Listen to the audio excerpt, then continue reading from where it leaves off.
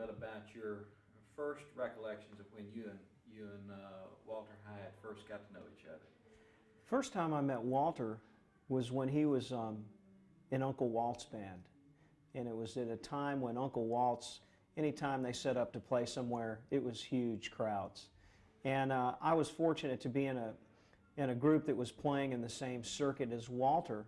So a lot of times we'd do shows together, and most of the time we'd open for Walter because he was the big draw. You know, Uncle Walt's band was a pretty big draw around Texas for a long time. So it was great to get to know him that way. I didn't know him as well personally as I did musically. I was a big admirer of the groups. I played with Shake Russell's band, which was another pretty well-known band in the Texas scene at that time. And Uncle Walt's band just always had great crowds, great music. And I think it's pretty obvious from the influence that the many artists like Lyle Lovett, David Ball, who went on from Uncle Walt's band to become a big star.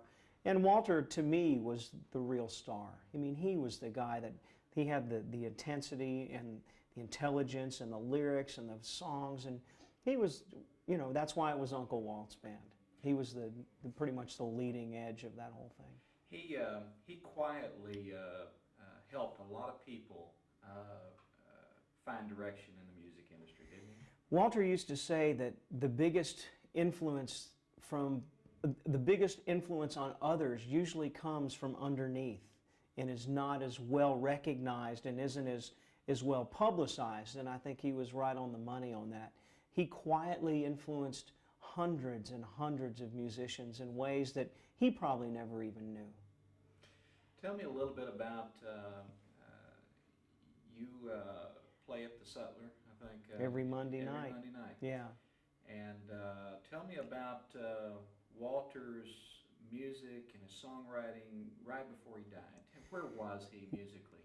In a renaissance period, rediscovering a renewed sense of confidence, a new drive, a renewed interest in not only from him, but the community at large starting to pay attention to Walter Hyatt's music again. New songs, we'd been recording a lot. There was a lot of excitement about the new band. We were generating a lot of industry buzz. So people were real excited about this new project. We'd been playing every Monday night for almost a year, and the crowds just continued to grow. People, influential people in the industry were coming by all the time to see the band and were continually knocked out by what we were doing. So it's real unfortunate because we were so excited, but we'd started the new album. People were starting to talk about offers from bigger labels and what we'd been used to doing. So he was at probably the height of his creativity, I think.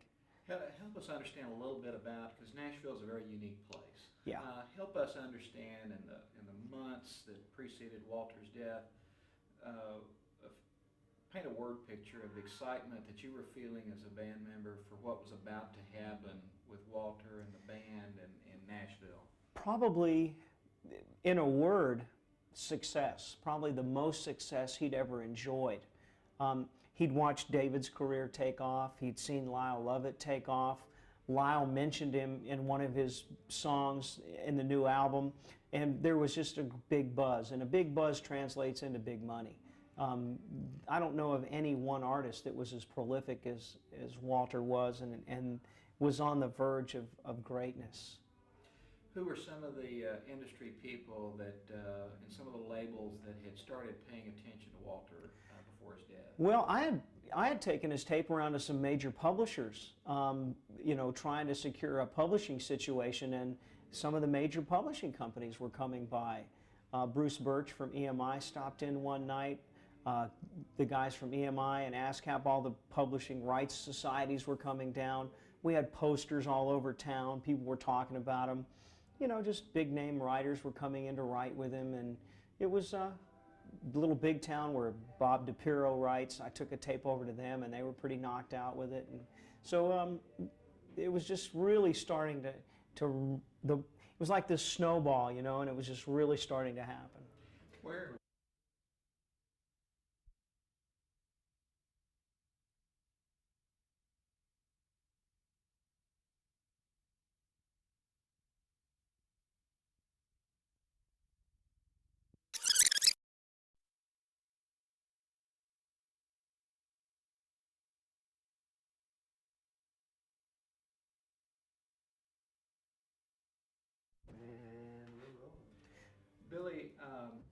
with the songs that Walter did write in his lifetime, with the contributions he made to the music and the stars he helped create, looking back, where do you think Walter's place will be looking back at his contributions? How do you think the music industry will record his contributions?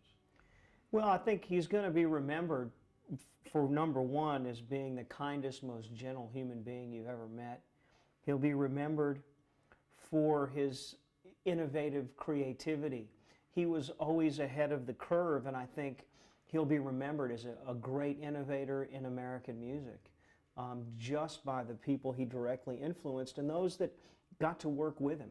I think you're going to see a lot more people emerging from the Nashville scene that will, when they're asked who influenced you, they'll immediately say Walter Hyatt. Do you think, too, we will see ultimately recording and recognition given to his music by prominent performers? Yeah, I think the value of his copyrights is immense. Bill McCorvey from Pirates of the Mississippi is talking about recording one of his songs as we speak. Are We There Yet, Mama? I think you're going to see that, unfortunately, his work will be more valuable to his family than it would be to him. I think that his copyrights are very valuable. I think you'll see a lot of recording artists becoming aware of his music because of his death, unfortunately, but I think they will begin to play his music a lot more. I understand that there was a gathering at the Sutler after Walter's death. Tell me a little bit about who some of the musicians were that came to pay tribute. Oh, everybody. Lucinda Williams was there. She's a Grammy-winning songwriter and just a huge fan of Walter's. Willis Allen Ramsey, who's probably recognized as one of the greatest gifts to Texas music ever. People came from all over. Mandy Barnett, who's a young girl who used to come hear us play and is signed to Asylum Records, played Patsy Cline. I mean, she was moved by Walt's music. It's an endless list. I mean, it's just really so many people at the memorial service. I think the outpouring of love for Walter and his family is a testament to the greatness of not only him as a man, but his immense talents.